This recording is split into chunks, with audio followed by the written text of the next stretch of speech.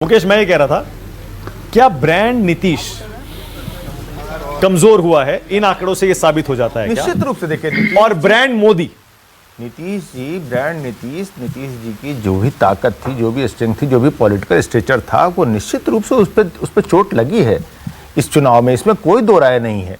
और मुझे नहीं लगता कि नीतीश जी खुद भी ये गलतफहमी पाल रहे होंगे कि वो वैसे ही है। इसीलिए मैं पूछ रहा हूं, पता नहीं हो सकता है वो कह दें कि संजीव कह रहे हैं नहीं कि मुझे नहीं बनना मुख्यमंत्री।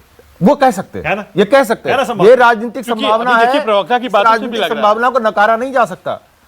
और ये पॉलिटिकल मूव कोई इनकरेक्ट नहीं होगा, ये भी जान लीजिए, क्योंकि अगर आपको वहां से दिल्ली आना है तो आप दिल्ली आएंगे तो कहेंगे तो ना कि भैया मुझे जरूरत नहीं है, तुम बड़ी पार्टी बने हो यार, जनादेश ऐसा आया, इस जनादेश का सम्मान करते हुए अब मेरा हक नहीं बनता कि मुझे बनना चाहिए, लिहाजा मैं तो राजनीति में कुर्सी के लिए, सत्ता के लिए, लाभ के लिए, फलाने के लिए, ठिकाने के लिए था नहीं। ये एक सामान्य नेचुरल पॉलिटिकल पोस्चर है जो कोई भी इंटेलिजेंट नेता लेता है। ओके, नीतीश बाबू को भी ये हो सकता है ऐसी लेने की नौबत आए, लेकिन यहाँ दो बातें और महत्वपूर्ण है।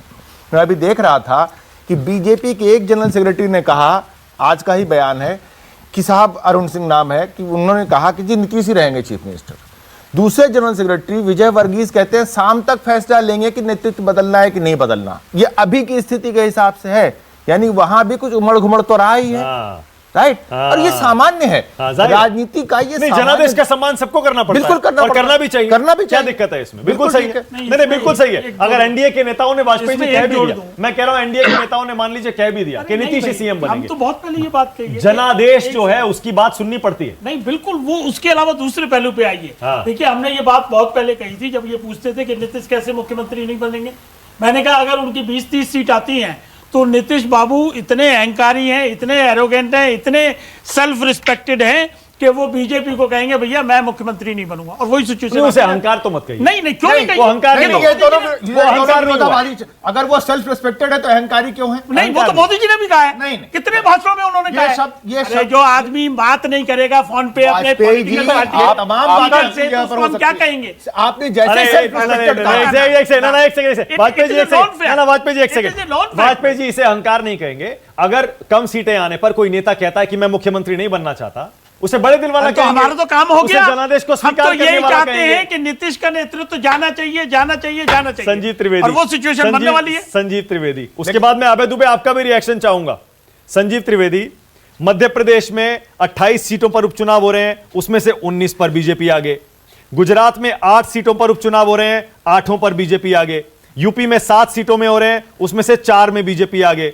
और यहां बिहार में देख लीजिए, बिहार में आंकड़ा साफ साफ यह कह रहा है बीजेपी ने चुनाव लड़ा था 110 सीटों पर, 72 सीटों पर आगे। ऐसा लग रहा है ब्रांड मोदी इंटैक्ट है। संजीव, मुझे ये बात समझ नहीं आ रही कि बिहार में अगर एक ही गठबंधन के 2 घटक लड़ रहे हैं तो एक घटक पीछे कैसे रह जा रहा है और एक घटक इतना बढ़िया प्रदर्शन कैसे कर रहा है। तो अगर इस प्रदर्शन को हम बाकी राज्यों के प्रदर्शन से जोड़ें तो जो कॉमन फैक्टर है वो नरेंद्र मोदी हैं। तो जाहिर है ब्रांड मोदी अपने आप में कायम है, लेकिन उनके साथ जो लोग हैं, है ना, वो उनका लाभ क्यों नहीं उठा पाए, ये बहुत बड़ा प्रश्न है।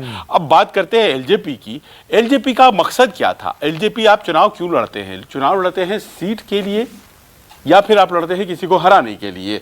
अब ये एक दृष्टांत है जहां पर काशीराम जी उत्तर प्रदेश में कहा करते थे कि पहले हराओ उसके बाद फिर जीतो।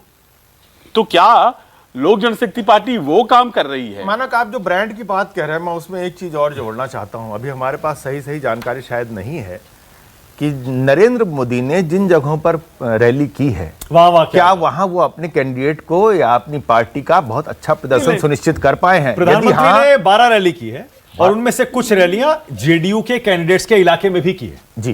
तो अब सवाल यह है कि क्या प्रधानमंत्री वहां का जनमत, वहां का मानस बदलने में सफल रहे अपनी रैलियों के माध्यम से?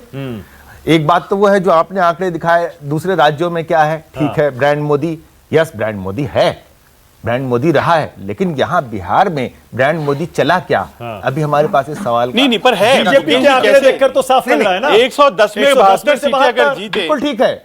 ये एक आंकड़ा है, ये पार्टी का आंकड़ा है। अब आप मोदी की ब्रांड की बात, तो मोदी बीजेपी है, एक ही बात। बिहार में तो बीजेपी का वैसे भी कोई चेहरा नहीं है। मैं एक चीज कह रहा हूं ना, उसको एक और ढंग से भी तो देखना चाहिए।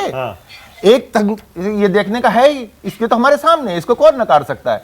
अब मैं कह रहा हूं कि क्या मोदी जी की रैलियां, जो कि पहले हम लोग ये देखते रहे हैं कि जहां जहां उनकी रैलियां हुई हैं वहां उतना जबरदस्त परफॉर्मेंस नहीं मिला है, चाहे इसे हम इत्तेफाक ही माने, लेकिन क्या ये बिहार में भी हो रहा है या हुआ है, होने वाला है, हमें नहीं मालूम। ओके, ऑल राइट, फिलहाल नहीं। ऑल राइट, अभय दुबे, वही सवाल आपसे है। अभय दुबे, गुजरात देख लीजिए 8 में से 8, मध्य प्रदेश 28 में से 19, उत्तर प्रदेश 7 में से 4, और बिहार देख लीजिए जहां बीजेपी 110 सीट पर लड़ी थी और फिलहाल 72 पर आगे चल रही है। अभय दुबे, ऐसा लग रहा है बीजेपी की लोकप्रियता बरकरार है, नरेंद्र मोदी की लोकप्रियता बरकरार है। अभय दुबे, नहीं मानक जी, देखिए आप चुनावों को मुख्य चुनावों से कंपेयर मत कीजिए। आमतौर एक सेकंड अभय दुबे, एक सेकंड रोक रहा हूं आपको।